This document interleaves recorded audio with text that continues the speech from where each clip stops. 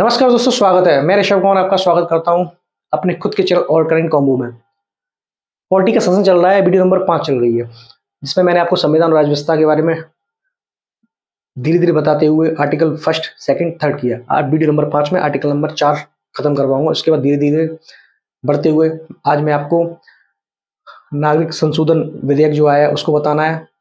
उसके बाद संसदीय व्यवस्था, अध्यक्षीय व्यवस्था, इसके अंतर्गत क्या डिफरेंस है, क्या हमें अध्यक्षीय व्यवस्था अपनानी चाहिए या नहीं अपनानी चाहिए, इसके बारे में बताया, इसके बारे में आपको बताऊंगा। इससे पहले मैंने आपको थोड़ा सा आपको मेमोराइज करा दूं। इससे पहले मैंने आपको बताया कि संविधान क्या होता है, राजनीतिक व्यवस्था क्या होती है, व्यवस्थापिका होती है, कार्यपालिका क्या होती है, विधायिका का कार्यपालिका पर क्या नियंत्रण रहता है, ये सारी बातें बताई। संघात्मक व्यवस्था में क्या अंतर होता है, अध्यक्षीय व्यवस्था में क्या अंतर होता है, इसकी डिटेल मैंने बताई। अध्यक्षीय व्यवस्था भारत के संविधान में किस तरीके से फिट बैठती है, कहाँ का उनकी रूपरेखा भारत के संविधान के अंतर्गत जोड़ी गई है, अध्यक्षीय व्यवस्था के अंतर्गत भी कहाँ का ये व्यवस्था जोड़ी गई है, ये सब डिटेल बताते हुए धीरे धीरे मैंने आपको आर्टिकल 5 पे ले जाऊंगा धीरे धीरे, जिसमें नागरिकता रहेगी। नागरिकता के बारे में डिटेल, आजकल जो नागरिकता संशोधन विधेयक आया 2015 का, जिसको 2019 में एक्ट बना दिया गया, इसके बारे में फुल डिटेल बताऊंगा। कहाँ पे इसकी कमियां हैं, कहाँ पे इसकी बुराइयां, कहाँ पे इसकी अच्छाइयां, ये सब डिटेल मैं बताने की कोशिश करूंगा। तो इन वीडियो को देखिए जिससे कि आप मोटिवेट हो सके। ये सब वीडियो फिर आपके सामने यूट्यूब पे फ्री हैं, आप देखिए। अगर आपको अच्छी लगती हैं, जिनको इंटरनली पढ़ाई करनी है, थोड़ा देखिए, क्योंकि हर स्टूडेंट इन वीडियो को प्रॉपर तरीके से नहीं सर्वाइव कर पाएगा। अगर आप वास्तव में सीरियस स्टूडेंट हैं तो ही इस वीडियो को देखिए, अन्यथा मत देखिए, क्योंकि मुझे पढ़ाने से मतलब मैं पूरा सिलेबस खत्म करवाऊंगा। चलिए, ज़्यादा बात नहीं करूँगा, मैं आर्टिकल नंबर 2 पे आता हूँ। हाँ, 2 और 3, 4 बताता हूँ शुरू से। आर्टिकल 2 के अंदर मैंने आपको क्या होता है, आर्टिकल 3 ये रिवीजन है आपका, ठीक है। आर्टिकल 2, आर्टिकल 3, इसको अनुच्छेद बोलते हैं। इसको भी अनुच्छेद बोलते हैं। अनुच्छेद 2, अनुच्छेद 3 अगर हिंदी के अंदर बात करें। आर्टिकल 2, आर्टिकल 3 क्या होता है? आर्टिकल 2 के अंदर मैंने बताया, आर्टिकल फर्स्ट को भी बता देता हूँ मैं। आर्टिकल फर्स्ट के अंदर मैंने बताया कि संघ कैसे बनता है। संघ कैसे बनता है ये मैं बता चुका हूँ। संघ बनता है राज्य से, बनता है संघ शासित प्रदेश से, बनता है इन चीजों से संघ मिलकर बनता है। इसके अंतर्गत कोई नए राज्य क्षेत्र होते हैं, उन राज्य क्षेत्रों को जोड़ के, जिसमें कि संधि द्वारा, अजित राज्य क्षेत्र द्वारा, ये सब रेल लड़ाई द्वारा या कोई संधि होती थी, उसके द्वारा जो संघ का निर्माण होता है। उसके बाद आर्टिकल 2 के अंदर बताया कोई नए राज्य का भारत प्रवेश करवाना हो, जैसे कि सिक्किम जो है बनाता है 35वें 36 संविधान संशोधन, मैंने आपको बताया था। सिक्किम इसके अंदर सिक्किम की एंट्री यहाँ की गई थी, ठीक है, आर्टिकल 2 के अंतर्गत, जिसमें कि 35वां प्लस 36वां संविधान संशोधन, इसकी डेट आपको याद रखनी है, ये बहुत ज़्यादा इंपॉर्टेंट है। जिसमें सिक्किम नाम का नया राज्य जुड़ता है आर्टिकल 2 के अंतर्गत, यानी कि नए राज्य का प्रवेश, नए राज्य का अर्जन या इसका विस्थापन। क्योंकि जब कोई देश, यानी कि भारत देश, अगर किसी देश के साथ संधि करता है तो नए राज्य का अर्जन करता है, या लड़ाई द्वारा अगर कोई क्षेत्र जीतता है उसका भी अर्जन करता है, वो आर्टिकल 2 के अंतर्गत आता है। आर्टिकल 3 के अंतर्गत जो भारत राज्य के ऑलरेडी मान के चलिए, भारत का मैप नहीं है ये, बस जस्ट समझाने के लिए भारत राज्य है। इसके अंदर अलग अलग स्टेट है। हम इसमें 2 राज्य ले लेते हैं, यूपी ले लेते हैं प्लस बिहार लेते हैं। इनकी अगर सीमा में चेंज करना हो, इनको जोड़ना हो या बाहर करना हो, 2 राज्य ले लेते हैं, उत्तर प्रदेश, बिहार, इनकी सीमा को जोड़ना हो या घटाना हो, ये किस पे ये आर्टिकल 3 के अंतर्गत आता है, जिसमें कि साधारण विधेयक यहाँ पे लागू होता है आर्टिकल 3 के अंतर्गत, ठीक है। तो नए राज्य परिवर्तन करना हो, मैंने आपको बताया था, अलग अलग राज्य से महाराष्ट्र में विदर्भ राज्य की मांग की जा रही है, बिहार में मिथिलांचल की मांग की जा रही है, उत्तर प्रदेश में हरित प्रदेश प्लस पश्चिमी उत्तर प्रदेश की मांग की जाती है। जैसे कि नए नए विकास हो, अलग अलग राज्यों में डिवाइडेशन हो। अच्छा, ये क्यों मांग की जाती है? ये मांग इसलिए की जाती है कि मान के चलिए उत्तर प्रदेश बहुत बड़ा है, अगर इसको 2 पार्टों में डिवाइड कर दिया जाए तो यहाँ का प्रशासन चारों जगह का प्रशासन अलग अलग हो जाएगा। वैसे एक इंसान पूरा कंसंट्रेट होकर पूरे इसको देख रहा था, मतलब इसका सुपरविजन कर रहा था, लेकिन यहाँ पे क्या है, अलग अलग हो जाता है, तो इसका तेजी से विकास होगा। आर्थिक, सामाजिक, राजनीतिक लक्ष्य पूरे होते हुए, लक्ष्य का निर्धारण करते हुए एक सुदृढ़ राज्य निकल के आएगा। इसलिए आर्टिकल 3 का डिटेल यहाँ मिलती है, ठीक है। यह आपको समझ में आ गया होगा, इसको थोड़ा समझिए। उसके बाद हम चलते हैं आर्टिकल नंबर 4 पे, जो कि हमें बताना है। ये सब मैं बता चुका हूँ। मैंने सिर्फ आपको ये रिवीजन कराया है, ठीक है। नेक्स्ट आर्टिकल पे चलते हैं, आर्टिकल नंबर 4। आर्टिकल 4 क्या है?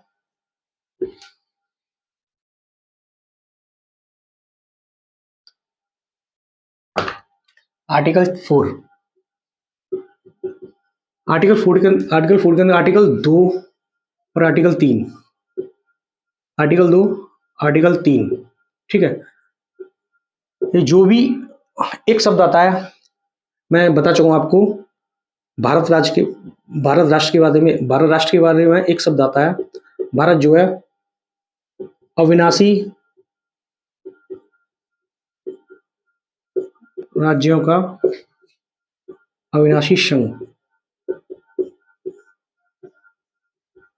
ये यूएसए के लिए है, लेकिन भारत के लिए विनाशी राज्यों का अविनाशी संघ। यानी कि यहाँ पर राज्य जो है विनाश किया जा सकता है, सेंटर अगर चाहे इसको राज्यों को विनाश कर सकती है। आर्टिकल मतलब ये सब बताया गया। आर्टिकल 4 के अंदर ये बताया है कि आर्टिकल 2 3 में, लेकिन ये लिंक आर्टिकल 3 के अंदर किया जाता है कि आर्टिकल 3 के अंदर नए राज्यों में प्रवेश, नए राज्य का अर्जन, है ना, नई सीमाओं में परिवर्तन, साधारण विधेयक वाला, अगर यहाँ पे अगर चेंज होता है कुछ भी, तो ये संपूर्णतः इस तरफ डायरेक्शन करता है, क्योंकि विनाश हुआ राज्य का और संघ कभी अविनाशी नहीं रहेगा, ठीक है। तो ये भारत के बारे, ये भारत के बारे में डिटेल हो जाती है। तो ये जो संशोधन होंगे, ये संशोधन होंगे, ये संशोधन होंगे। अगर ये संशोधन होता है तो इस संशोधन को संविधान संशोधन नहीं माना जाएगा। संविधान संशोधन कुल मिला के ये आर्टिकल 2, आर्टिकल 3 नए राज्य का प्रवेश, जिसको सिक्किम के बारे में बताया गया।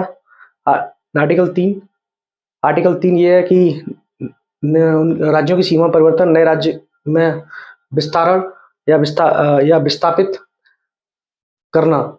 आर्टिकल 2 3 के अंदर अगर ये परिवर्तन होते हैं तो इसको संविधान संशोधन नहीं माना जाएगा। इसका मतलब क्या हुआ? अगर ये संविधान संशोधन माना जाता तो इसमें सुप्रीम कोर्ट आ जाता। तो ये जो मैंने बात कही है विनाशी राज्यों का विनाशी संघ, ये बात सही नहीं बैठती। अगर ये सही नहीं बैठती, जिससे कि भारतीय संविधान का मूल ढांचा भी इसको प्रदर्शित करता है। तो अब चलिए, कुल मिला के ये सब डीपली है। नॉर्मली अगर इसके बारे में थोड़ा सा बात की जाए, आर्टिकल 4 ही बताता है, आर्टिकल 2 3 के अंदर परिवर्तन होता है, इसको संविधान संशोधन नहीं माना जाएगा। संविधान संशोधन का मतलब हो गया सुप्रीम कोर्ट आप नहीं जा सकते, है ना। तो अगर इसका मतलब हुआ कि अगर संविधान संशोधन माना जाता तो ये इसकी आधारभूत रचना के अंदर आ जाता, तो उस पर सुनवाई होती। सुनवाई होने के बाद वाद विवाद होता, वाद विवाद होने के बाद फिर उसके बाद सुप्रीम कोर्ट के निर्णय जो होता है उसको मानना पड़ता। तो आर्टिकल 4 की ये बात होती है। आपको समझ में आ गया हो, आप समझ लीजिए इसको, आगे मैं आपको आगे बताता हूँ, ठीक है। चलिए एक बार रिवीजन दोबारा से मैं बताता हूँ। आर्टिकल 4 के अंदर 2 और 3 आर्टिकल है। ये जो परिवर्तन होते हैं किसी भी संविधान में, आर्टिकल 2 आर्टिकल 3 में परिवर्तन होते हैं, तो वो संविधान संशोधन नहीं माना जाएगा। अगर संविधान संशोधन माना जाता तो इसका मूल ढांचा चेंज हो जाता है, जिससे कि सुप्रीम कोर्ट इसमें हस्तक्षेप करता। इसलिए इसमें संविधान संशोधन नहीं माना जाएगा, जिससे कि सुप्रीम कोर्ट का हस्तक्षेप ना हो सके, ठीक है। तो आर्टिकल 4 है। इसके बाद मैं आपको आगे बताऊंगा, आप इसको देखिए, इसको लिख लीजिए।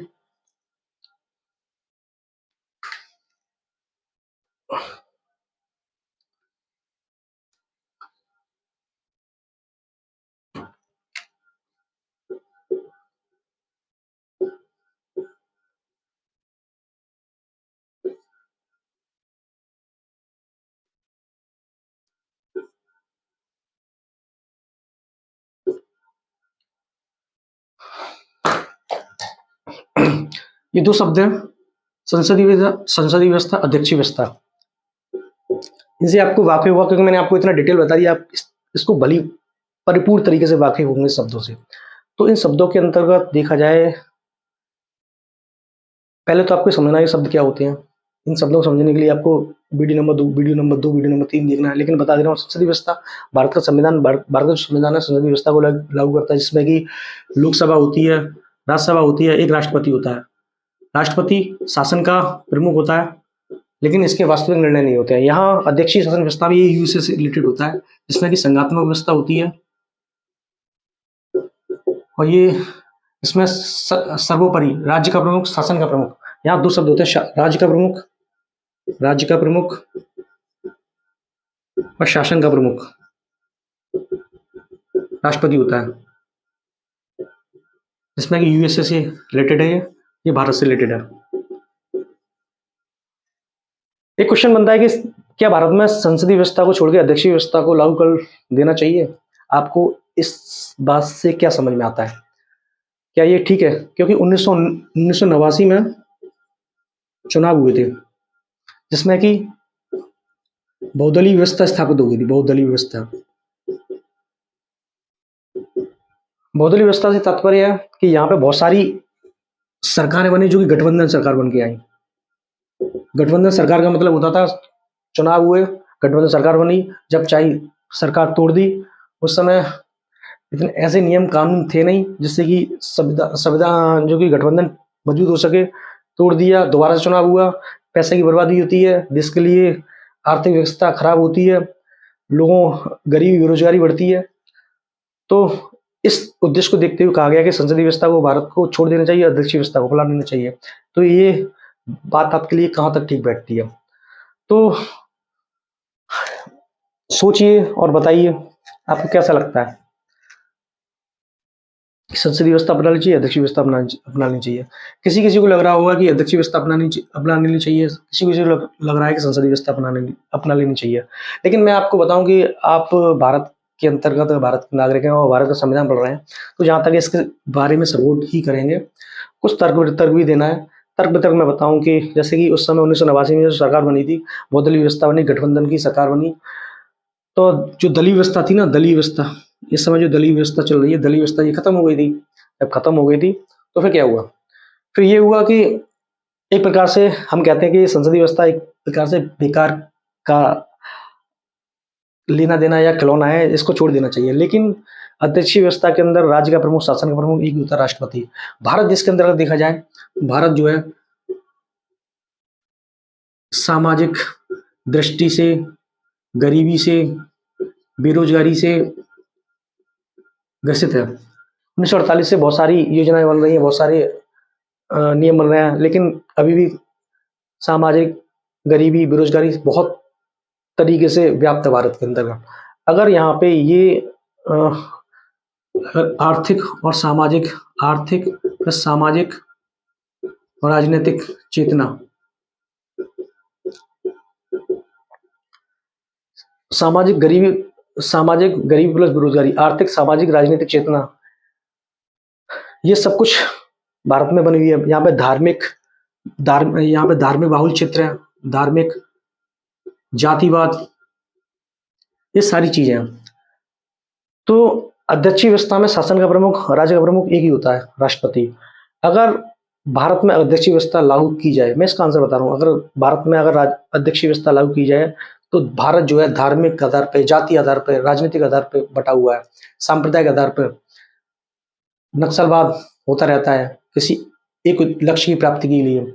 तो अगर इसी को देखते हुए अगर कोई एक जाति या संप्रदाय का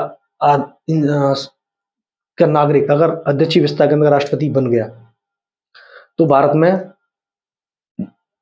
धार्मिकता, जाति आधार पर कार्यक्रम स्टार्ट हो जाएंगे, जिससे कि भारत का पार्टीशन होगा, जो कि संविधान के लिए खतरा हो सकता है। तो भारत के अंदर जहां तक देखा जाए संसदीय व्यवस्था है सही रहेगी भारत के लिए। आपको ये तर्क देना है। एक बात दोबारा से बताता हूँ कि संसदीय व्यवस्था सही रहेगी भारत के लिए, अध्यक्षीय व्यवस्था। संसदीय व्यवस्था के अंतर्गत राज्य का प्रमुख, शासन का प्रमुख, राज्य का प्रमुख राष्ट्रपति होता है, शासन का प्रमुख राष्ट्रपति होता है, जो कि एक प्रत्यक्ष मतलब एक प्रकार से जनता द्वारा चुने जाते हैं। कोई एक अप्रत्यक्ष रूप से, एक प्रत्यक्ष रूप से। अगर अध्यक्षीय व्यवस्था में सारी पावर राष्ट्रपति के पास जाती है, जिसमें राज्य का प्रमुख यही बन जाता है, शासन का प्रमुख यही बन जाता है, जिस संघात्मक व्यवस्था के अंतर्गत ये कहलाता है।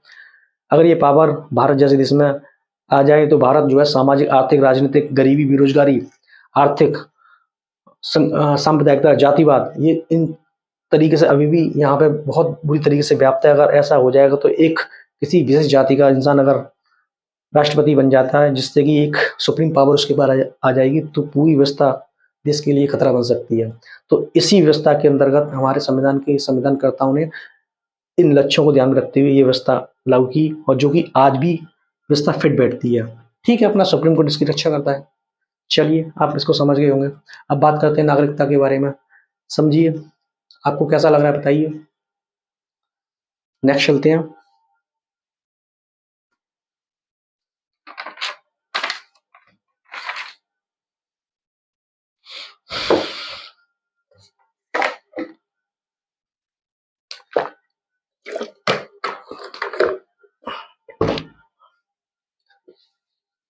हम बात करेंगे नागरिकता के बारे में।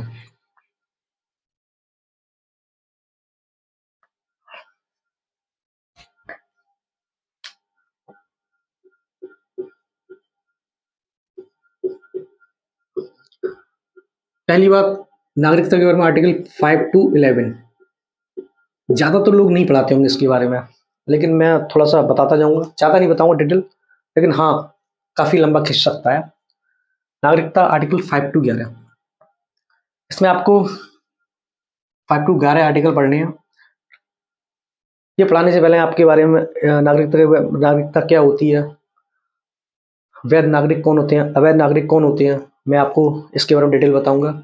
उसके बाद नागरिकता संशोधन विधेयक, नागरिकता अधिनियम 1955, अभी जो नागरिकता संशोधन विधेयक 2019 आया उसके बारे में बताऊंगा। इसको धीरे धीरे जाते हुए इसको खत्म करेंगे। जैसे कि जो अभी जो नागरिकता संशोधन विधेयक, नागरिकता जिसको सीए बोलते हैं, ये जो आया है ये 2019 में लागू किया, 2019 में ये बना था। इसके अंदर क्या किया है, ये भारत में कैसे पंथ निरपेक्षता को दिक्कत देगा, इसके बारे में समझते हैं और पूरी डिटेल में बताऊंगा इसके बारे में। तो चलिए बताते हैं नागरिकता क्या होती है। नागरिकता, सबसे पहले नागरिकता क्यों होनी चाहिए। नागरिकता होने के लिए सबसे बेस्ट ये है कि नागरिकता अगर होती है तो एक तो समाज, भारत जैसे देश में सामाजिक दर्जा बराबर का मिलेगा, सरकारी नौकरी में आपको समानता मिलेगी, भेदभाव से मुक्ति मिलेगी। नागरिकता वैध, वैध क्या होती है, नागरिकता वैध अवैध ये पता चलता है कि नागरिक देश का कौन है, अवैध से पता चलता है देश का नागरिक कौन नहीं है। वैध नागरिक जो भारत के लोग होते हैं उसको वैध नागरिक बोलते हैं। अवैध नागरिक कौन होता है, जो अवैध नागरिक जो देश का नागरिक नहीं होता है, या तो उसको पंजीकरण कराना पड़ता है या उसको पंजीकरण करना पड़ता है या उसको क्या बोलते हैं यहाँ रह के नागरिकता हासिल करनी पड़ती है। पहले 1955 में नागरिकता संशोधन विधेयक था 1955, उसके अंतर्गत नागरिकता 7 साल के अंदर मिल सकती थी। 7 साल के अंदर, वैसे तो 14 नॉर्मली अगर देखा जाए 14 साल के अंदर मिलती थी, जिसमें कि 2 साल 12 साल तक वो इधर से उधर जा सकता था। कोई भी नागरिक को अगर भारत का नागरिक बनना चाहता था वो इधर उधर देश या विदेश की यात्रा कर सकता था। 1 साल थोड़ा सा छूट रहती थी। 12 साल जो एक लास्ट साल थी उसके अंतर्गत उसको 11 महीने यहाँ रहना पड़ता था, सिर्फ 1 महीने की छूट मिलती थी। मतलब लास्ट साल उसको सिर्फ 1 महीने की छूट मिलती थी, इधर उधर चला जाए, देश या विदेश चला जाए। नॉर्मली अगर वो शादी कर लेता था तो 7 वर्ष बाद उसको नागरिकता मिल जाती थी, जिसमें कि 6 साल वो आ जा सकता था देश विदेश के अंदर, लेकिन 1 साल के अंदर 1 साल उसे पूरा रहना पड़ता था, लेकिन उसमें 1 महीने की छूट थी। अब नागरिकता के बारे में देखें कि नागरिक भी 2 तरीके से होते हैं। सबसे पहले एक कॉन्सेप्ट आता है डायस्पोरा। डायस्पोरा, ये डायस्पोरा क्या होता है? डायस्पोरा जो किसी देश के नागरिक जिनका मूल वंश उस देश से समानता रखता हो। जैसे भारत के लोग थे 1948 से पहले विदेश में बस गए किसी कारणवश, ये व्यापार के मामले में या बहुत सारी कंडीशन होती है, वो विदेश में चले गए तो वहाँ पे वो सिचुएशन हो गए, उसके बाद वहाँ पे लोकेटेड हो गए। उन्होंने वहाँ की नागरिकता बनने के बाद वो धीरे धीरे बहुत बड़े एक वहाँ पे मिलियन करोड़पति बने, या उन्होंने स्टार्टअप स्टार्ट किया या बहुत बड़े बिजनेसमैन बने, जिससे कि उनका एक प्रतिष्ठित लोगों में नाम आता है उस विदेश के अंतर्गत। तो उन देशों से तो फीलिंग मतलब खून तो रहता है उन लोगों को बताना कि आप भारतीय हैं या अमुक देश के हैं, तो आप आइए यहाँ पे इन्वेस्ट कीजिए और इस देश का विकास कीजिए। तो डायस्पोरा का मतलब होता है कि उस किसी देश के मूल वंश, लिंग, जाति से रिलेटेड ऐसे लोग जो, या पीढ़ी से रिलेटेड जो लोग विदेश चले गए, उसको डायस्पोरा बोलते हैं। सबसे ज़्यादा डायस्पोरा देखा है तो चीन के अंतर्गत भारत दूसरे नंबर पे आता है दुनिया में, ठीक है। यानी कि भारत के लोग बहुत ज़्यादा बाहर रह रहे हैं और एक अन्य देशों में सम्मानित प्रतिष्ठित आदमी है, जिसकी उनकी कहीं कोई बहुत बड़े पद पे, कहीं बिजनेसमैन है। तो इन लोगों को बताया जाता है कि आप भारतीय हैं या अमुक देश के हैं, आप आइए यहाँ पे इन्वेस्ट कीजिए और यहाँ के लोगों का विकास कीजिए। इसके अंतर्गत नागरिकता के अंतर्गत दो तरीके से होती है। एक होता है आपका एनआरआई, वीजा वाले भारतीय, एनआरआई, ठीक है। एक होता है एनआरआई, इसको तुमने नॉन रेजिडेंस इंडियन बोलते हैं इसको, वीजा वाले भारतीय। इसके बारे में क्या होता है कि जो 180 दिन के लिए भारत देश से बाहर जाता है, 180 दिन के लिए जो भारत देश से बाहर जाता है या अमुक देश से बाहर जाता है, उसको एनआरआई बोलते हैं। क्योंकि कुछ व्यवसाय के चक्कर में या पढ़ाई के चक्कर में वहां जाता है, तो इनको वोट देने का अधिकार होता है। इनको इनको वोट देने का अधिकार रहेगा, इनको प्रॉपर्टी खरीदने का अधिकार रहेगा, मतलब बाकी के सब अधिकार रहते हैं। एक प्रकार से वैधानिक, एक प्रकार से ये भारतीय नागरिक ही होते हैं। तो एनआरआई इसको बोलते हैं। उसके बाद दूसरा आता है पीआईओ, जिसको कि गैर भारतीय बोलते हैं। ये भारत देश के बाहर रहते हैं, इनका भी लिंक रहता है भारत से। इसके अंदर क्या रहता है, जो एनआरआई है, एनआरआई जो पीआईओ है, पीआईओ के अंतर्गत ऐसे देश के नागरिक जिनके दादा परदादा कहीं ना कहीं किसी ना किसी रूप में भारत से उनका वास्ता रहता है, उनको पीआईओ बोलता है, पीआईओ बोलते हैं। ये सब डायस्पोरा के एग्जाम्पल हैं ये, ठीक है। तो उनसे उनसे भी बोला जाता है आप आइए इन्वेस्ट कीजिए, उनकी पहचान की जाती है। ये बड़े बड़े पदों पर रहते हैं ये लोग भी। एक होता है ओशियाई, ओशियन वाले, समुद्र से रिलेटेड होता है। बाद में ये नियम आया था। इनको क्या होता है, इनको क्या है, इनको वीजा फ्री रहता है, कहीं भी घूमने घूमने जाने के लिए फ्री रहते हैं। जैसे कि भारतीय स्मारक है, वहाँ पर जो आम भारतीय नागरिक की जो टिकट रहती है, इनके लिए सेम टिकट रहती है एनआरआई प्लस पीआईओ के लिए।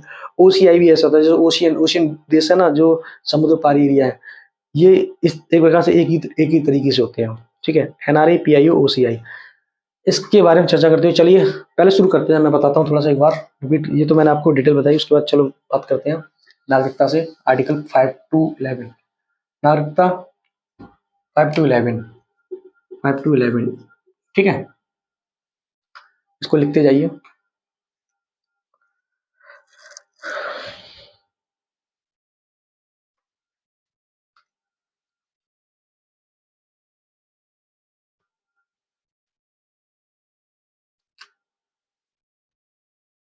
नागरिकता की पहचान होती है, नागरिकता की पहचान प्रमाण पत्र द्वारा, प्रमाण पत्र द्वारा।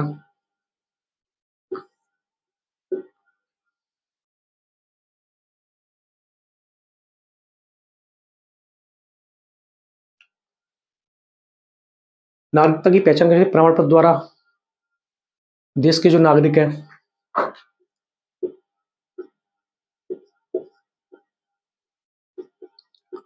प्रमाण पत्र द्वारा जो देश के नागरिक हैं,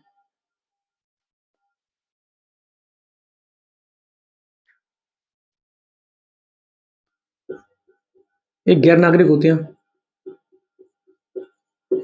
ये दो होते हैं, वैध और अवैध। गैर नागरिक वैध और अवैध। वैध जो प्रमाण पत्र द्वारा उनको मिल जाता है, तो कोई विदेशी अगर इंडिया में आता है वो प्रमाण पत्र लेता है। मैंने बताया था कि 10 साल, 12 साल ले या 14 साल ले, 7 साल शादी कर लेता है, 7 साल में उसको नागरिकता मिलती है। 14 साल नॉर्मली रहता है, उसको नागरिकता मिलती है, वो वैध नागरिक बन जाते हैं। अवैध नागरिक जो सीमा पार करके आते हैं, अवैध समझते हैं ना, इलीगल तरीके से जो सीमा पार करते हैं, उनको अवैध बोलते हैं। तो नागरिकता जो है, प्रमाण पत्र द्वारा जो देश के नागरिक होते हैं वो शो अप कर देता है कि देश का नागरिक है। जो नॉर्मली ये भारत देश के नागरिक होते हैं। गैर नागरिक वैध और अवैध होते हैं, जिसमें कि वैध प्रमाण पत्र द्वारा मिलता है, जो विदेशियों के लिए रहता है, ठीक है। उसके बाद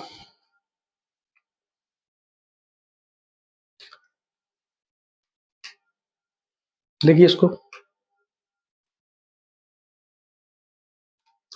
ये जो है भारतीय संविधान भाग 2 के अंतर्गत आती है।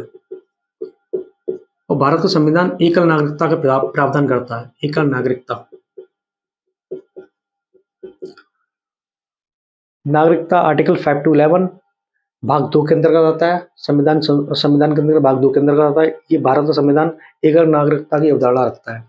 जिसके अंतर्गत नागरिकता की पहचान करने जो भारतीय लोग हैं वो प्रमाण पत्र द्वारा देश के नागरिक कहलाते हैं। गैर नागरिकों को कैसे पहचानेंगे? कुछ गैर नागरिक कैसे नागरिक कहलाते हैं? एक वैध नागरिक होते हैं, एक अवैध नागरिक होते हैं। इलीगल तरीके से सीमाएं पार करते हैं, मूवी वूवी देखते हैं। सलमान खान की मूवी देखी होगी, वो अवैध तरीके से पाकिस्तान गए थे, तो वो अवैध नागरिक थे वहाँ के लिए, क्योंकि इन पे वो ना तो उन पे वीजा रहता है, ठीक है। उसके बाद वैध नागरिक आप समझते हैं पंजीकरण द्वारा करा सकते हैं इसका, पंजीकरण करा सकते हैं, ठीक है, उसके द्वारा नागरिक हो जाते हैं। तो नागरिकता होने के फायदे क्या हैं? नंबर एक, भेदभाव से मुक्ति। लोक नियोजन में लोक नियोजन नियोजन में अवसर मिलना। समानता का व्यवहार। आर्थिक विकास।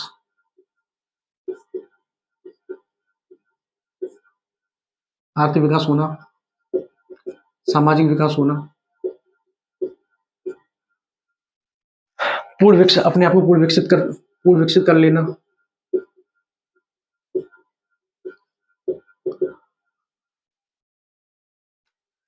नागरिकता फैक्ट 2 11 आर्टिकल भाग 2 एकल नागरिकता द्वारा भारत नागरिकता की अवधारणा रखते हैं। प्राण पद द्वारा देश के नागरिक वैध नागरिक कहलाते हैं।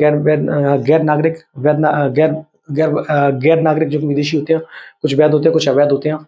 इससे फायदा क्या है? भेदभाव से मुक्ति मिलती है, लोक नियोजन में अवसर मिलता है, समानता का व्यवहार मिलता है, आर्थिक विकास होना चाहिए, आर्थिक विकास हो जाता है, क्या बोलते हैं, नागरिक का सामाजिक विकास होता है। पूर्ण विकसित होना एक प्रकार से, मतलब पूर्ण विकसित होगा तो पूर्ण विकसित हो जाएगा तो देश के विकास के लिए सबसे महत्वपूर्ण रोल निभाएगा, ठीक है। तो लिख लीजिए इसको, तो अगर आ रहा हो, इसमें देखता हूँ आ रहा है कि नहीं आ रहा है पूरा।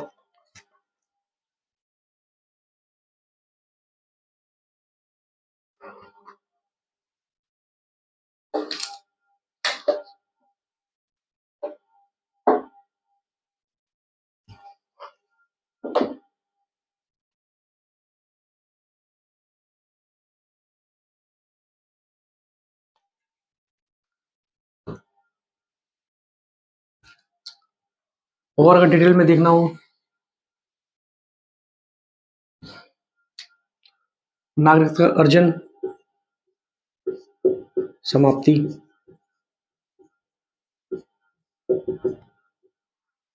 और डिटेल में देखना नागरिकता का अर्जन और समाप्ति कैसे होती है, नागरिकता का अर्जन कैसे होता है, मैं बता ही चुका हूँ। इसके तो फायदे हैं, भेदभाव से मुक्ति, लोकतंत्र में अवसर, समानता का विकास, आर्थिक विकास होना।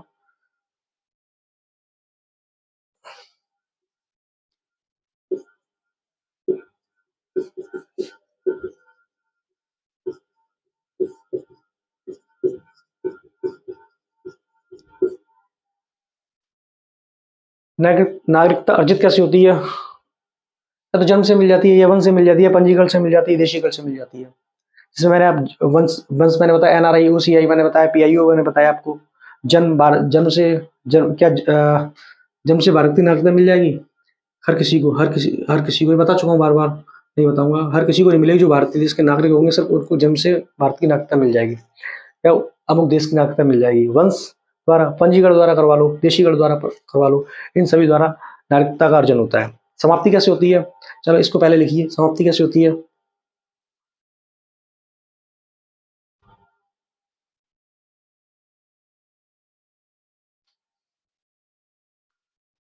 भारत सरकार वंचित कर दे,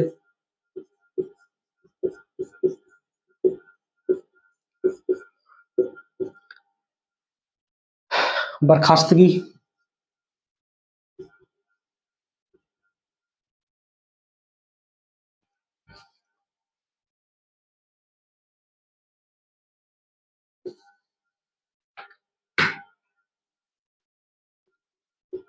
अन्य देश की नागरिकता ग्रहण,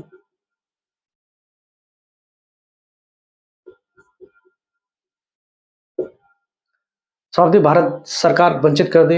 अगर वो अवैध पाया जाता, भारत सरकार उसका जो नागरिकता बायोडेटा है उसको अवैध घोषित कर दे, अन्य देश की नागरिकता ग्रहण कर लेता है, जिससे उसकी नागरिकता चली जाती है। और कैसे हो सकती है समाप्ति?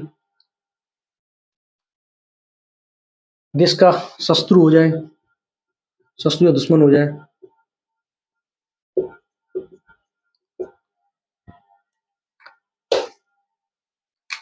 ठीक है। अर्जन कैसे हो सकती, अर्जन कैसी होती है? जन द्वारा, वन द्वारा, पंजीकरण, देशीगढ़ द्वारा। समाप्ति, भारत सरकार उसको वंचित कर दे, अन्य देश की नागरिकता ले ले, देश का शत्रु दुश्मन हो, भारत किसी भारत सरकार आगे आएगी, उसको नागरिकता उसको खोनी पड़ेगी, तो दुश्मन को नागरिकता नहीं मिलेगी। आ रहा हो आपकी समझ में? चलिए आगे बढ़ते हैं।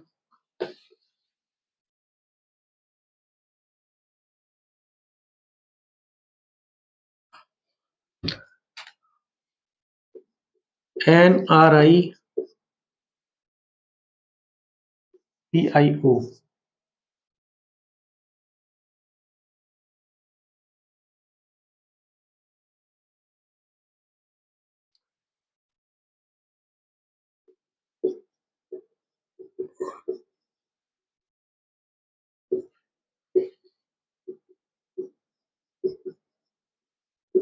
बता चुका इसको एक बार, चार्ट वाइज में बता दे रहा हूँ। OCI को ज्यादा समझना नहीं है, तो ये इससे थोड़ा सी लिंक करते हैं। OCI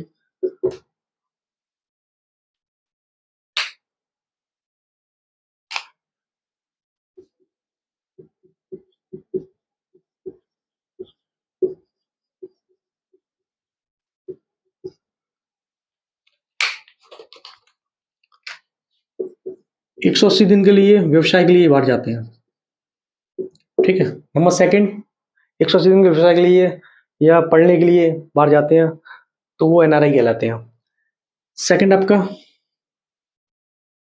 180 दिन के लिए व्यवसाय के लिए जाना, जो मैंने डिटेल बताई, मैं सिर्फ वो उन बातों को लिखा रहा हूँ जिससे कि थोड़ा सा की पॉइंट आपकी कॉपी में बन सके, है ना। 180 दिन के लिए व्यवसाय के लिए जाते हैं, मतदान देने का अधिकार होता है इन्हें,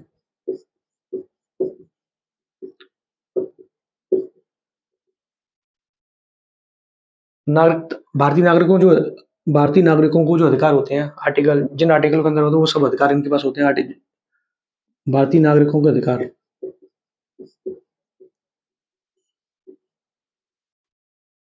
जैसे अधिकार ज्यादातर संविधान के अंदर देखा जाए, तो कौन कौन से आर्टिकल है जो भारतीय नागरिकों को 15, 16, 19, 29, शायद 30, 15, 16, 19, 29 और 30, ये आर्टिकल्स भारतीय नागरिकों के लिए है। इसको लिख लीजिए, बहुत क्वेश्चन आता है ये कि भारतीय नागरिक ऐसे कौन से अधिकार है जो भारतीय नागरिकों को ही सिर्फ अधिकार मिले हुए।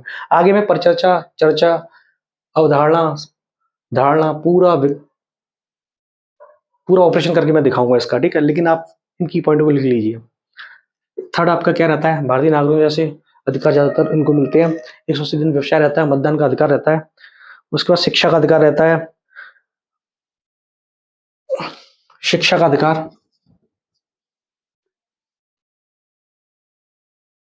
बैंक खाता खुलवा सकते हैं जैसे भारतीय वाले खुलवाते हैं इस तरीके से।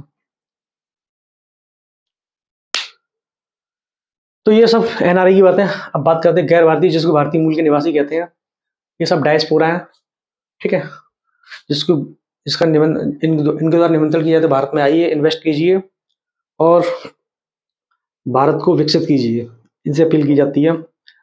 ये ये लोग खुद ही अपना देश से जाते हैं, इनकी नागरिकता बनी रहती है।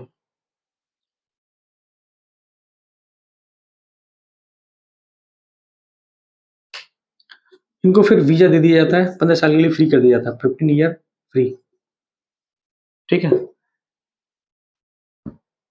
भारतीय मूल के निवासी होते हैं, किसी ना किसी दादा परदादा का संबंध भारत देश से रहता है, उनको वीजा दे दिया जाता है 15 ईयर के लिए, 15 साल के लिए, 15 ईयर्स के लिए वीजा फ्री रहता है इनके लिए, ठीक है।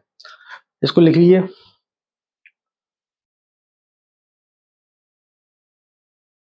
अगर इनको भारतीय प्रॉपर तरीके से नागरिक बनना है तो 7 वर्ष इनके लिए छूट देगी, 7 वर्ष तक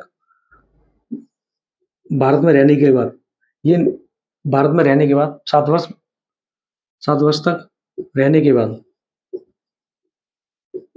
आवेदन कर सकते हैं।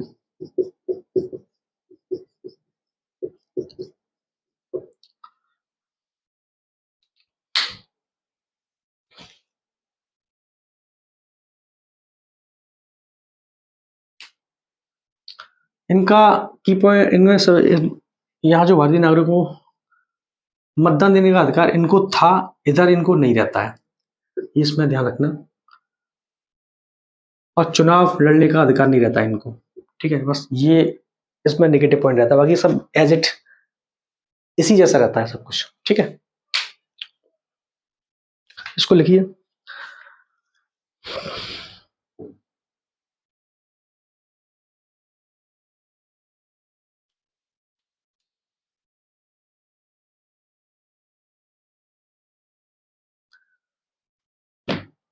संसद में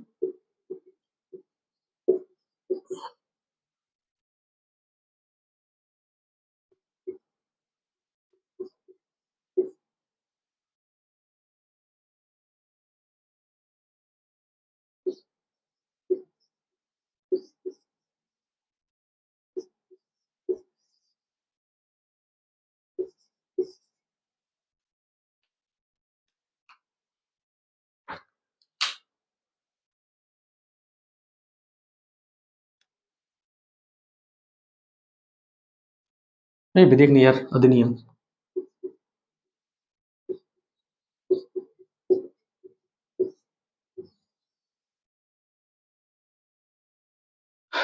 संसद ने नागरिकता अधिनियम 1955 लागू किया था शुरुआत में। इन्हीं रूपरेखा को देखते हुए बहुत सारे परिवर्तन हुए, बहुत सारे संशोधन हुए। कौन कौन सी परिवर्तन हुए उसके बाद इसकी डिटेल में आपको बताऊंगा। जिसमें कि 1955 में पहला 1986, 1986, 1992, 2003, 2005, 2015, 1986, 2005, 2015, 2019, ठीक है। 1986 एक और था, कौन सा था? 1986, 1992, ये 2003 है। 2003 में हुआ और 2005 में भी हुआ, 2015, 1986, 2003, 2005, 2015, ठीक है।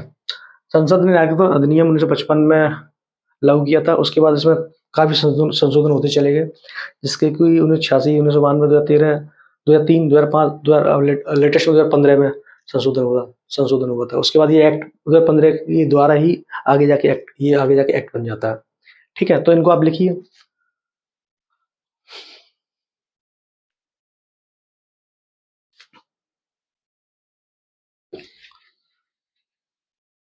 अब हम संवैधानिक अधिकार के बारे में बात करते हैं, जो संविधान द्वारा दिया गया है। संवैधानिक अधिकार, जिसमें कि सबसे ज्यादा आपको बहुत देर से परेशान थे कि मैं मेन मुद्दे पे बात क्यों नहीं कर रहा हूँ। आर्टिकल 5 to 11 शायद कम ही बताते लोग। सबसे पहले आर्टिकल 5 की बात करते हैं। आर्टिकल 5,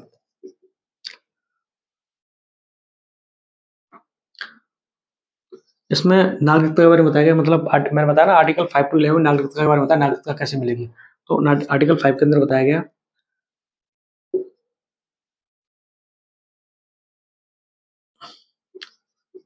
जन्म द्वारा नागरिकता मिलना।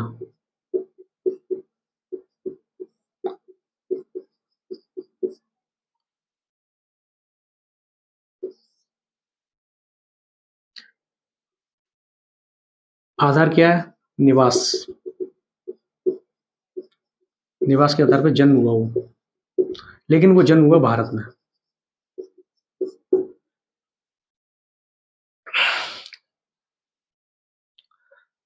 भारत देश का कोई भी नागरिक भारत में जन्म हुआ हो, उसके द्वारा आर्टिकल 5 के अंदर उसको नागरिकता मिलेगी। और नागरिकता के अंदर जो भी अवधारणा है, जितने भी व्यवहारिक नेचर में क्रियाकलाप है, वो सब यहाँ मिलेंगे आर्टिकल 5 के अंदर का। आर्टिकल 6 क्या कहता है?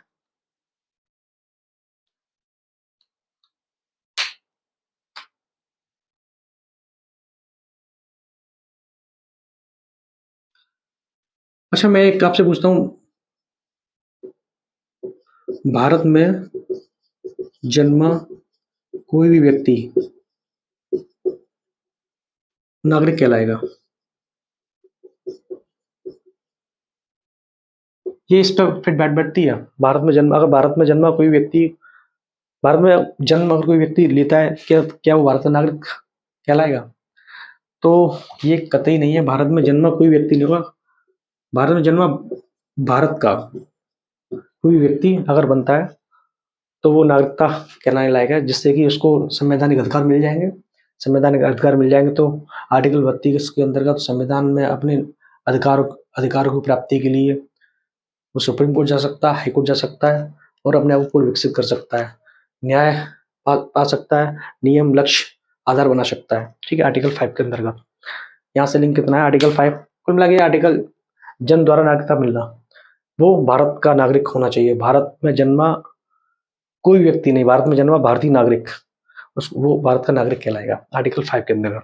आर्टिकल 6 की बात करते हैं।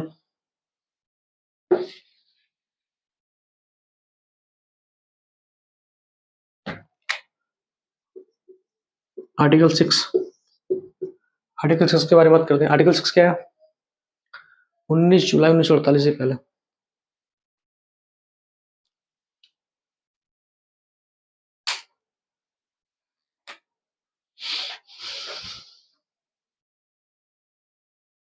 भारत से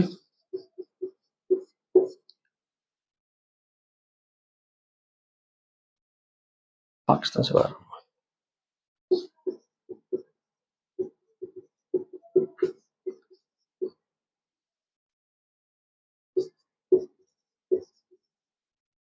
19 जुलाई 1948 से पाकिस्तान से कोई अगर पाकिस्तान से कोई इंसान या पाकिस्तान से कोई व्यक्ति अगर भारत में आया हो, इससे इससे पहले, यानी 19 जुलाई 1948 जब भारत देश आजाद हुआ, भारत देश 1947 में आजाद हुआ, उससे पहले पाकिस्तान से भारत में अगर कोई देश आया तो वो नागरिक भारत देश का कहलाएगा। ठीक है।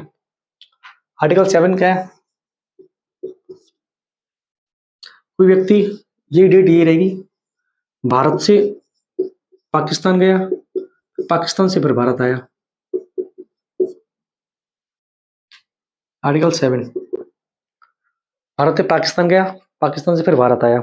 ठीक है, यानी माइग्रेंट, माइग्रेशन किया जिसने, माइग्रेशन किया। ठीक है, तो ये डेट ये है 19, तो वो भारतीय नागरिक की श्रेणी में आ जाएगा। ठीक है।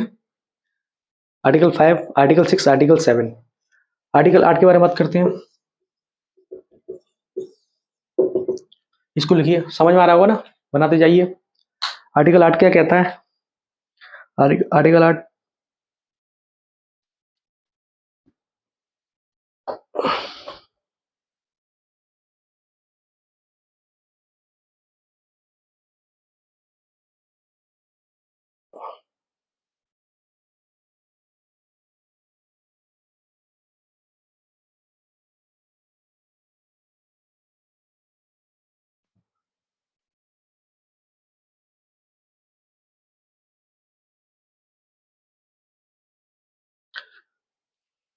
कोई व्यक्ति है, मान के चलिए आप ही हैं। ठीक है, आपके आपका जन्म बाहर हुआ है, मतलब विदेश में हुआ है। ठीक है, आपका जन्म बाहर हुआ है, विदेश में हुआ है, लेकिन आपके दादा दादी कोई ना कोई भारत से लिंग रखते हो, तो वो नागरिकता की श्रेणी में आ जाएंगे। आर्टिकल 8 ये कहता है। आर्टिकल 9 के बारे में बात करें। आर्टिकल 9,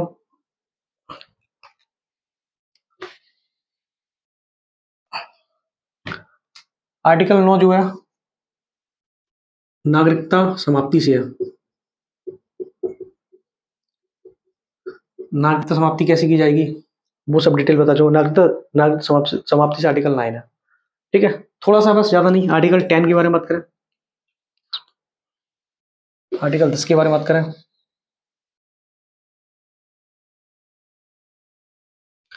आर्टिकल 10 के बारे में बात करें।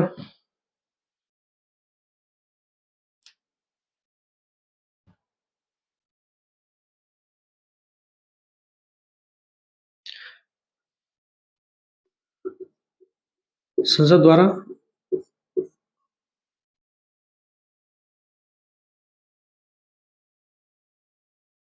संसद द्वारा कानून बनाकर, मतलब संसद इसमें क्या है कि ये बताया गया है कि नागरिकता से रिलेटेड कोई भी चीज,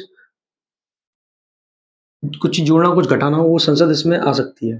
संसद का रोल बताया है इसमें आर्टिकल 10 के अंतर्गत। आर्टिकल 11 के अंतर्गत क्या है, संसद कानून बना सकती है। संसद नए नए कानून बना सकती है, नए नए कानून बनाना।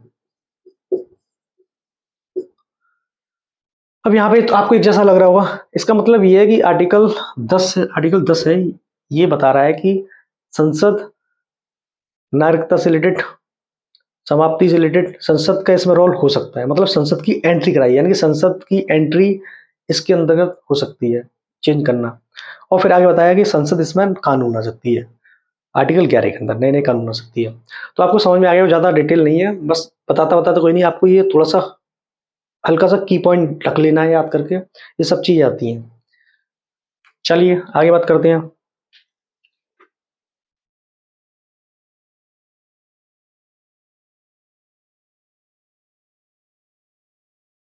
ठीक है,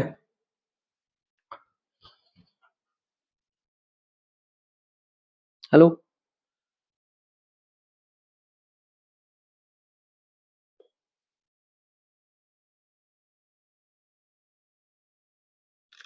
उसके बारे में बात करते हैं नेक्स्ट।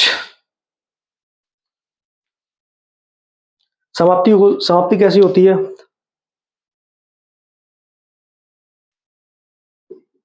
त्याग, बर्खास्तगी, नाग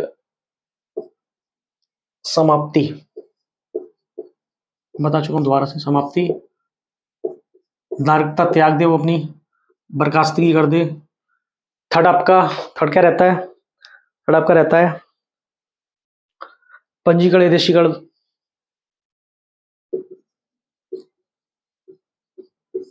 देशीकरण,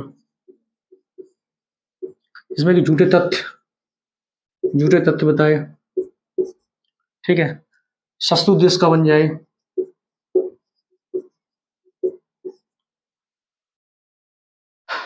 उसका पता पड़ जाए कि पंजीकरण करा रखा है इसने लेकिन देश का शत्रु है, इसके द्वारा, है ना। उसके बाद संविधान के प्रति अनास्था, संविधान प्रति अनास्था दिखाए, इसके द्वारा जो है नागरिकता की समाप्ति हो सकती है। ठीक है, अब हम एक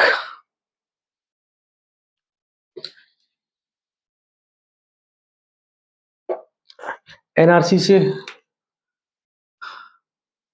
तकरीबन 1971 की बात करके चलते हैं। 1971 में पाकिस्तान प्लस बांग्लादेश,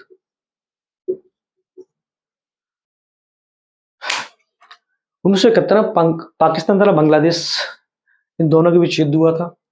जब युद्ध हुआ तो बांग्लादेशियों को पाकिस्तान वाले, समझ रहे हैं ना, बहुत परेशान किए, नरहत्याएं हुई, बहुत कुछ हुआ यहाँ पे, जिससे बांग्लादेश के बहुत सारे जो भारत की सीमावर्ती एरिया थे वहां पे परेशान हो गए, भारत की सीमा में घुसने लगे, तो भारत भी इससे परेशान हो गया। जब भारत परेशान हो गया तो उन्होंने अपील की कि वहाँ की जो सरकार है ना, सरकार ने अपील की कि स्टेट, यानी कि सिक्किम एरिया, असम एरिया सबसे ज़्यादा प्रभावित हुआ सिक्किम। उन्होंने अपील की कि बांग्लादेशी एंट्री कर रहे हैं, आप इनको रोकिए। तो उन्होंने पाकिस्तान से बात की, जब यहाँ की जो प्रधानमंत्री थी इंदिरा गांधी, उन्होंने पाकिस्तान से बात की, वो अलग मैटर है, कुल मिला के वो एंट्री करते हैं। हम इस पे जाते हैं, तो बांग्लादेश से भारत में प्रवेश हो रहा था। जब अगर प्रवेश हो रहा था तो क्या होता है कि बहुत बहुत लोगों की एंट्री हो चुकी थी। तो भारत के पास वहाँ जो नॉर्थ पूर्व नॉर्थ ईस्ट एरिया ना, पूर्वोत्तर भारत, पूर्व जिसमें कि 7 बहनों का प्रदेश कहा जाता है, उस एरिया के अंतर्गत, एक तो एरिया कम है, जब एरिया कम है लोग कम है लेकिन बहुत सारे लोगों की एंट्री होती है, तो खाने की किल्लत आने लगी, व्यवहारिक किल्लत आने लगी। ठीक है, तो बड़ी परेशानी होने लगी। धीरे-धीरे क्या हुआ कि ये वहाँ पे सेटअप हो गए, ठीक है? अलग से टेंट बना दिए गए और उनको अस्थायी नागरिक बनाया गया। फिर वो धीरे-धीरे स्टेबिलिटी प्राप्त करते हैं, स्टेबिलिटी प्राप्त करने के बाद अब वहाँ पे इतनी संख्या हो जाती है कि उनका राजनीतिक में हस्तक्षेप होने लगा। यानी कि इतने लोग होने लगे कि भारत में वोट देने के मतलब भारत का आम नागरिक द्वारा कोई चुनाव होता है तो वहाँ पे इन लोगों की इतनी संख्या होगी, वो सत्ता परिवर्तन के लिए अहम योगदान होने लगा। तब वहाँ की असम की जो सरकार है जिसमें कि 2005 सर्बानंद सोनोवाल ने उन्होंने एक रजिस्टर बनाने के लिए कहा कि आप पहचानिए कि कौन से वैध नागरिक हैं, कौन से अवैध नागरिक हैं। तो वहाँ पे फिर पहचाना गया। तो तकरीबन 19 लाख लोग अवैध रूप से बताए गए। तो अवैध रूप से जो बताए गए तो इसको लेके सीए एनआरसी लेके आए थे ना, एनआरसी और सीए बिल जो आजकल जो चल रहा है चर्चाओं में, ये वही बिल है। उसके फिर आगे चलता चला गया। फिर धीरे-धीरे होते हुए फिर उनको वो सुप्रीम कोर्ट ने फैसला रद्द कर दिया। उसके बाद फिर आगे भी चर्चा होते-होते धीरे-धीरे अब ये क्योंकि भारत जातिवाद, सांप्रदायिक इन चीज़ों में काफ़ी अ, अभी भी इसमें ये दुष्प्रभाव दिखने को मिलते हैं। तो इस स्थिति में क्या करना है कि इस स्थिति में भारत सरकार द्वारा नए-नए नियम बनाए गए। नए-नए नियम में अभी ये नया नियम बनाया गया है कि 2015 का नागरिकता संशोधन विधेयक जो 1955 का नागरिकता संशोधन विधेयक रहता था, वो क्या बोलता है, वो इसका परिवर्तन होके नागरिक संशोधन विधेयक 2015 में लाया गया। 2019 के बाद ये एक्ट बन गया, ठीक है? अब ये लागू कर दिया गया है, लेकिन अभी सुप्रीम कोर्ट में ये मामला पहुँच गया है। देखते हैं आगे क्या होता है। तो इसके अंदर क्या है कि पहले उसके अंदर बताया था कि 14 साल और 7 साल द्वारा आप क्या बोलते हैं कि आप नागरिकता ले सकते हैं। लेकिन यहाँ क्या है कि यहाँ 6 वर्ष के अंदर आपको नागरिकता मिल जाएगी। सिर्फ 2 देशों 3 देशों को छोड़ के और 2-3 जातियाँ हैं, जो धर्म है उनको छोड़ के, जिसमें कि हिंदू, जिसमें कि मुस्लिम, जिस देश पाकिस्तान, बांग्लादेश और अफ़गानिस्तान जो मुस्लिम है उनको छोड़ के बाकी के जो अल्पसंख्यक है उनको 6 वर्ष के बाद उनके पंजीकरण द्वारा उनको नागरिकता मिल जाएगी। अब मुद्दा ये उठता है कि ये भारत के संविधान में पंथ निरपेक्ष, मैं आपको बताऊँ पंथ निरपेक्ष मैंने आपको बताया था कि भारत जो है किसी धार्मिक आधार पे इसका अवलोकन नहीं करेगा कि पंथ निरपेक्ष मतलब एक प्रकार से किसी एक धर्म को बढ़ावा नहीं देगा, ना ही धर्म से रिलेटेड कोई बात करेगा। लेकिन यहाँ क्या होता है कि ये जो नया नियम बनाया गया कि उसमें किसी विशेष धर्म की बात की गई, जो एक विशेष धर्म जिसमें कि मुस्लिम विशेष धर्म की बात की गई, ठीक है? लेकिन संविधान कहता है किसी भी देश के साथ भेदभाव नहीं होगा या किसी धर्म विशेष के साथ भेदभाव नहीं होगा। लेकिन यहाँ पे ये चीज़ें निकल के आती हैं, तो इस बात का ही मुद्दा चल रहा है। तो पर्टिकुलर देश, यहाँ तो 2-2 बातें हैं कि एक तो धर्म से रिलेटेड है, एक किसी देश से रिलेटेड है। यहाँ बात है। अब ये क्यों चल रहा है, क्या नहीं चल रहा है, ये सब आगे बहुत बड़े ज्ञानी प्रतिज्ञानी है, वो सब साफ पूरा आपको डिटेल निकाल के देंगे। तो मेरा उद्देश्य बताने का यही था। तो 1971 में भारत और पाकिस्तान बांग्लादेश के युद्ध में बहुत सारे अवैध नागरिक भारत में आते हैं, जिससे कि असम सरकार एक रजिस्टर बनाने की कोशिश करती है। ये रजिस्टर अवैध नागरिकों को पहचान करने के लिए बनाया जाता है। इस समय वहाँ के मुख्यमंत्री सर्बानंद सोनोवाल थे। 2005 में ये रजिस्टर आता है, उसमें 19 लाख अवैध नागरिकों को पहचान की जाती है। उसके बाद ये मामला बढ़ता रहता है। 2015 में फिर रजिस्टर लाने की बात की जाती है पूरे देश के अंदर कितने लोग वैध हैं, कितने अवैध हैं। फिर उसके बाद यहाँ पे वहाँ पे आंदोलन होते हैं, इसको भी फिर रोक दिया जाता है। उसके बाद एक 2019 का नागरिकता संशोधन विधेयक 2019 का लाया जाता है। उसमें बात की जाती है कि 6 वर्ष के पंजीकरण द्वारा मिल जाएगी आपको नागरिकता। और हिंदू, जैन, बौद्ध, सिख, पारसी, ईसाई 6 जो जातियाँ हैं, ये धार्मिक लोग हैं, इनको नागरिकता मिलेगी। सिर्फ पाकिस्तान, अफगानिस्तान और बांग्लादेश के मुस्लिम को छोड़ के। और ये इस तरीके से भारत के संविधान में शब्द पंथ निरपेक्षता है, उस पर किस तरीके से अविश्वसनीय बैठती है, वो मैंने आपके सामने प्रस्तुतिकरण करके बताया मैंने आपको। चलिए थोड़ा सा और देख लेते हैं। अब इनको चलो लिखते हैं थोड़ा सा।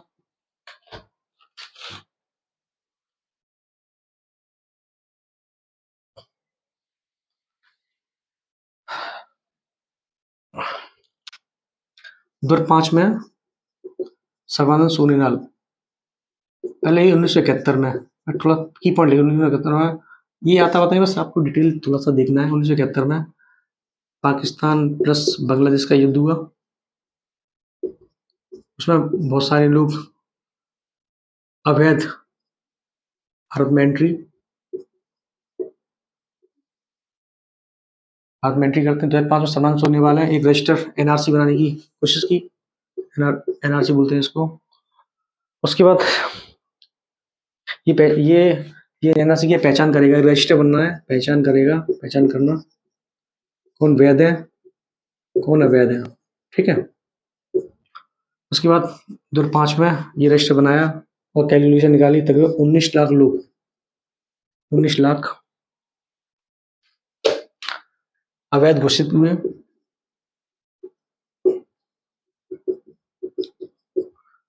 उसके बाद 2015 में पूरे देश के लिए ऐसे रजिस्टर बनाने के लिए एनआरसी रजिस्टर बनाने की बात की पूरे देश के लिए।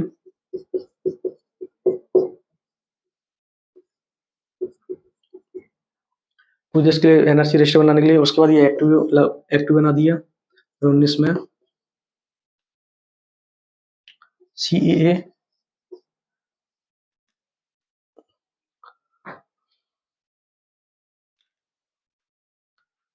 2019 में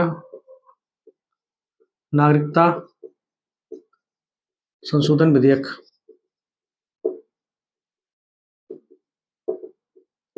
2019 ये बनाया गया। उसमें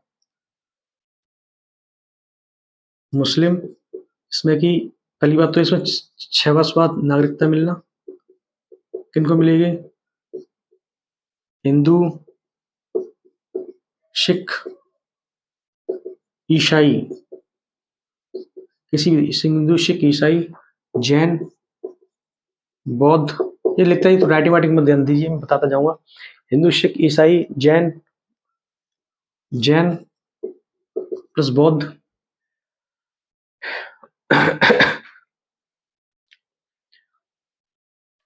मुस्लिम को इसमें एंट्री नहीं मिलेगी। और ये जो है भारत के संविधान पंथ निरपेक्षता पर प्रहार है, ठीक है। कैसे, मैंने आपको डिटेल बताई, मैं आपको बताऊं दोबारा से एक बार रिपीट करवाता हूँ। तो 1971 में भारत बांग्लादेश का युद्ध था, जिसमें अवैध नागरिकों की पहचान की जाती है, क्योंकि ये अवैध नागरिक एंट्री करते हैं, वहाँ की राजनीतिक व्यवस्था को खराब करते हैं, आर्थिक व्यवस्था को खराब करते हैं, सामाजिक व्यवस्था को भी खराब करते हैं, दंगा होता है, बहुत सारी प्रॉब्लम आती हैं।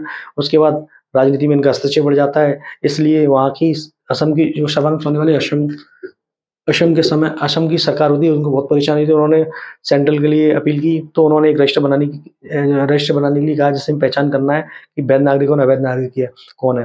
तकरीबन 19 लाख लोगों को अवैध नागरिक घोषित किया गया, 19 लाख अवैध नागरिक घोषित होते हैं। उसके बाद 2015 में एनआरसी पूरे देश के लिए ऐसा बनाने की बात की गई, जिसमें बहुत सारा विरोध हुआ, इसको रद्द कर दिया गया। उसके बाद आगे जाके नियम बनाते हुए फिर 2019 में नागरिक संशोधन विधेयक बनाया, जो भी चल रहा है, जिसमें कि 6 वर्ष बाद नागरिकता मिल जाएगी आपको।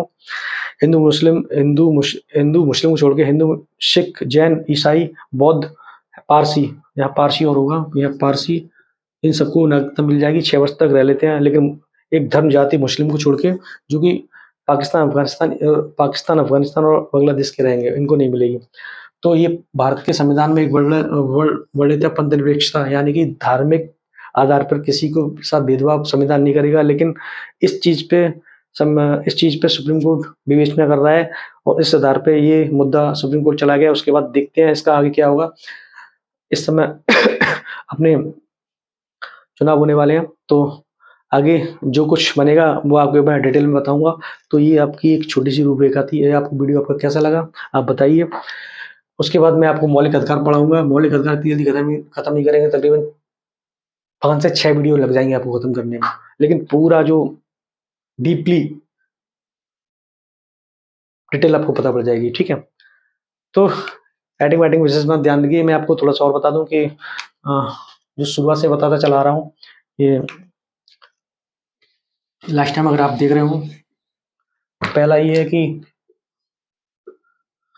आप जो कॉपी बनाए तो उसके अंदर ये साइड से लाइन खींच के बनाइए, क्योंकि जो कुछ भी चेंज होता है यहाँ पे आप मेडिटेशन कर पाएंगे। स्पीड को 1.5 स्पीड से देखिए, चाहे मेरी वीडियो देखिए चाहे कोई भी वीडियो देखिए, 1.5 स्पीड कम से कम होनी चाहिए। थर्ड आपका red pen plus green pen, red pen plus green pen use नहीं करना है। अगर यूज करोगे तो भाई बहुत बड़ी गलती कर रहे हो, क्योंकि ये बहुत दिक्कत देता है, आगे जाके 2 साल में फैल जाता है। सिलेक्शन लेने के 3 से 4 साल तो लग ही जाते हैं। तो कहीं आपका नोट्स, आपकी मेहनत और आपका संघर्ष खराब ना हो जाए, तो प्लीज इन चीजों को लागू कीजिए और फॉलो कीजिए, ठीक है। एंड आपको उसके बाद मूल अधिकार में बताऊंगा, थोड़ा सा मूल अधिकार के बारे में बताता हूँ, मूल अधिकार क्या है, और आगे मैं दिखाऊंगा। थोड़ा सा वीडियो नंबर 6 रहेगी, मूल अधिकार। मूल अधिकार डिटेल बताऊंगा, उसके बाद आगे की वीडियो लिखवाऊंगा, ठीक है। मूल अधिकार क्या होते हैं? अधिकार दावे, अधिकार क्या होता है? अधिकार दावे होते हैं। दावे तार्किक न्याय संगत होने चाहिए, जो कि सामाजिक दृष्टि से व्यक्तिगत विकास के लिए होने चाहिए। नहीं समझ में आया? यानी कि मूल अधिकार, आपके अधिकार क्या है? मतलब जैसे कि आप फैमिली में हैं, तो आप डिमांड करते हैं पिताजी से कि पिताजी मुझे पापा जी, पिताजी नॉर्मली 15 से 20 हज़ार रुपये कमाते हैं, तो उनसे बोला पिताजी मुझे फ़ोन चाहिए। तो आप दावे कर रहे हैं, तो उन्होंने पूछा बेटा कितने रुपए का फ़ोन चाहिए? तो आपने बताया कि पापा 5000 ओनली, मैं दिलवा दीजिए। तो 5000 में उन्होंने कहा ठीक है। दावे ठीक है, अधिकार दावे हैं, और दावे तार्किक हैं, तार्किक भी लग रहे हैं। और आप डिमांड कर ले पापा की सैलरी 20 हज़ार, आप डिमांड कर ले एप्पल फ़ोन चाहिए, एप्पल आता है 80 हज़ार का, यानी कि 4 महीने बाद, तो अतार्किक रहेगा। इसी तरीके से मूल अधिकार भी दावे हैं। दावे तार्किक और न्याय संगत होने चाहिए, जो कि व्यक्ति के व्यक्तिगत विकास में होने चाहिए, ठीक है। अब अधिकार, अब मूल अधिकार भारतीय संविधान में मूल अधिकार क्या होते हैं कि इस बात पे बहुत चर्चा चलने लगी कि किनको अधिकार की श्रेणी में रखना है, किनको किनको मूल अधिकार की श्रेणी में रखना है, और किनको आगे जाकर राजनीतिक निर्देशक तत्व में रखना है। मूल अधिकार में रखने का मतलब हो गया कि व्यक्ति के व्यक्तित्व विकास, सामाजिक विकास, मतलब पूर्ण रूप से विकास के अंतर्गत जो मेन पॉइंट है, उनको मूल अधिकार के अंदर रखा जाएगा। यानी कि एक प्रकार से इसी इंसान का जीवन के अंतर्गत उसकी आत्मा जो होती है, इसके बिना वो बेकार। उसी तरीके से पूरे संविधान के अंदर व्यक्तिगत विकास के लिए मूल अधिकार है, इनके बिना वो व्यक्ति ही बेकार है।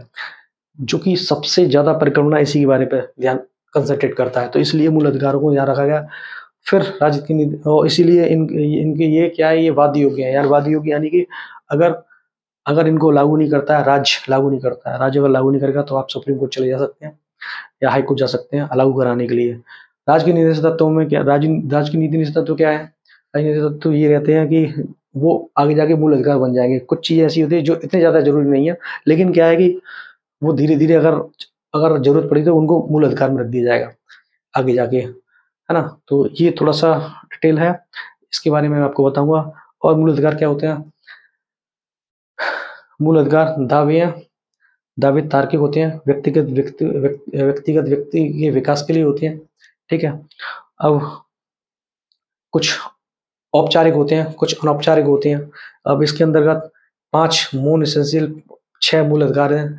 स्वतंत्रता का अधिकार, समानता का अधिकार, शोषण के विरुद्ध अधिकार, जिसमें कि 14 से लेके 32 आर्टिकल तक है। ये आर्टिकल कम से कम 15 से 30 वीडियो आपकी 15 से तकरीबन 2 से 5 वीडियो या 6 वीडियो, क्या पता 7 वीडियो भी खिंच जाए खत्म होने में। लेकिन इसको इस तरीके से पढ़ाऊंगा मैं कि आपको ना पूरा हाथों पे दिखने लगेगा, ठीक है। तो चलिए, मैं आपको पूर्ण रूप से आगे की बात मूल अधिकार बताऊंगा। आपको ये वीडियो कैसी लगी, लाइक कीजिए, सब्सक्राइब कीजिए, ठीक है। धन्यवाद। मैं अशोक कुमार का स्वागत करता हूँ और आपसे विदाई लेता हूँ। थैंक यू, धन्यवाद।